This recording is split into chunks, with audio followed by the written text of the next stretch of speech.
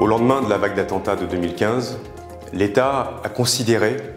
que les processus de radicalisation devaient constituer une politique publique à part entière.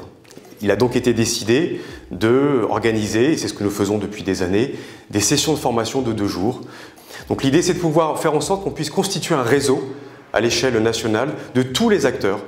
à l'échelon territorial, à l'échelon national, permettant d'être en mesure d'assurer la détection de personnes potentiellement radicalisées et bien évidemment derrière d'assurer un suivi qui doit être à la hauteur des enjeux qui sont ceux de la radicalisation. Ce réseau permet d'assurer un suivi en continu de ces questions-là et de faire en sorte que les acteurs de terrain, encore une fois, soient les plus à même de détecter et d'assurer un suivi de ces personnes radicalisées. L'objectif est d'élargir aussi ces formations. Donc l'idée, c'est de pouvoir contribuer à cette acculturation de l'ensemble des agents, de l'État, encore une fois, et des services territoriaux, pour pouvoir mieux appréhender ce que nous devons engager en termes de politique publique et en matière de prévention de la radicalisation, je viens d'en parler il y a quelques instants, et en matière d'entrave, de lutte contre ces phénomènes qui ont vocation à disloquer le corps sociétal.